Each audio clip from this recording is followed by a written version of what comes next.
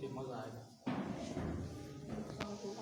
واقعہ کے مضمون یہ ہے کہ بسم اللہ پڑھنے پر والد کی مغفرت، بسم اللہ پڑھنے پر لیکن تفسیر کبیر کے اندر امام رازی رحمۃ اللہ علیہ نے ایک واقعہ لکھا ہے۔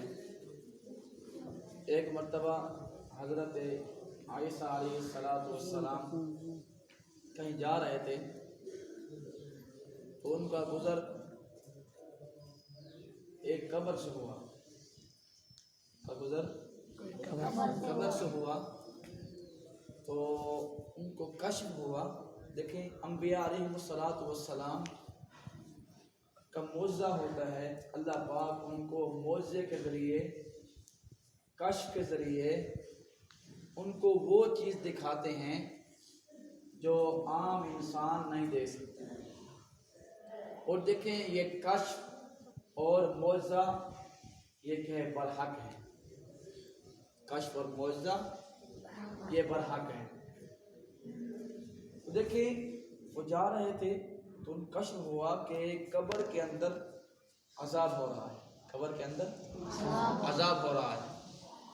تو گئے اپنے کام کے لیے جو کام کاج تھا، پھر اس کے بعد واپسی آئے۔ پھر جب دوبارہ اسی قبر سے گزرے تو پھر اللہ نے دوبارہ ان کو کشف کرایا، قبر کا منظر ان کو دکھایا کہ اب جنت کے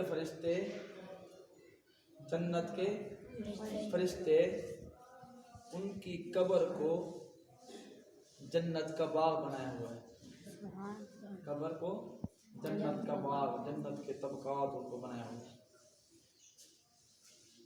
تو حیران ہوئے، پریشان ہوئے، عجیب واقعہ ہے۔ کچھ عرصہ پہلے یہاں سے گزرا ہوا، اسی قبر کو عذاب ہو رہا تھا قبر والے کو، اب دوبارہ یہاں سے گزرا تو قبر والے کی عذاب قبر ہٹا کر اس کی قبر کو جنت کا باغ بنایا گیا۔ نماز پڑھی، نوافل پڑھی، اس کے بعد دعا کیا، اللہ میں اس قبر والے کی حقیقت جاننا چاہتا ہوں کہ کیا واقعہ ہے، کیا ماجرا ہے، کیا معاملہ ہے کہ عذاب کو تبدیل کر کے کہ اس کو قبر پر رحمت ڈال دی گئی۔ دعا کی اور اس کے بعد اللہ پاک نے وحی کے ذریعے، کیونکہ دیکھیں اللہ تبارک و تعالی انبیاء علیہ السلام کی طرف وحی فرماتے رہتے ہیں، تو اللہ پاک نے حضرت عیسیٰ علیہ السلام کو بتایا کہ جب آپ پہلی بار یہاں اس قبر سے گزرے تو اس قبر والے کو عذاب ہو رہا تھا، جب سے قبر میں آیا تو عذاب کے فرشتے ان کو عذاب دے رہے تھے، تکلیف دے رہے تھے۔ جب آپ واپسی آئے تو اس کی قبر سے عذاب ہٹا کر اس پر رحمت ڈال دی گئی، اس کی قبر کو جنت کا باغ بنایا گیا۔ وہ اس وجہ سے کہ جب سے یہ فوت ہوا اس کی بیوی حاملہ تھی، اس کے پیٹ بچہ تھا، بچہ اس نے جنم دیا، لڑکا پیدا ہوا، تو جب یہ بچہ چلنے کے قابل ہوا اس نے مدرسے میں استاد صاحب کے پاس پڑھنے کے لیے بھیج دیا، تو استاد صاحب نے پڑھایا بسم اللہ الرحمن الرحیم، تو میں نے اپنے بندے کی قبر سے عذاب ہٹا لیا کہ اس وجہ سے کہ اس کا بچہ زمین کے اوپر میرا نام لے رہا ہے، مجھے حیا آتی ہے کہ زمین کے اندر اس کے والد کو عذاب دو۔ یعنی اس کے بسم اللہ پڑھنے پر میں نے اس کے والد کی بخشش کر دی اور عذاب کو ہٹا کر اس کی قبر پر رحمت ڈال دیا، عذاب کو رحمت میں تبدیل کر دیا، صرف کیا ہے اس کے بچے کے بسم اللہ پڑھنے پر۔ تو دیکھیں بچوں، ہم اور آپ کیا ہے کتنی بار بسم اللہ پڑھتے ہیں؟ اور کتنی بار تلاوت کرتے ہیں، تو دیکھیں ہم بھی اس ذوق اور شوق کے ساتھ پڑھیں کہ اللہ پاک ہماری دنیا، ہمارے والدین کی دنیا بھی بنا دے اور آخرت بھی بنا دے۔ کیونکہ دیکھیں یہ قرآن واحد کتاب ہے، یہ قرآن جو سینے کے ساتھ قرآن کو لگائے گا اللہ اس کو دنیا میں عزت دے گا، آخرت میں بھی عزت دے گا۔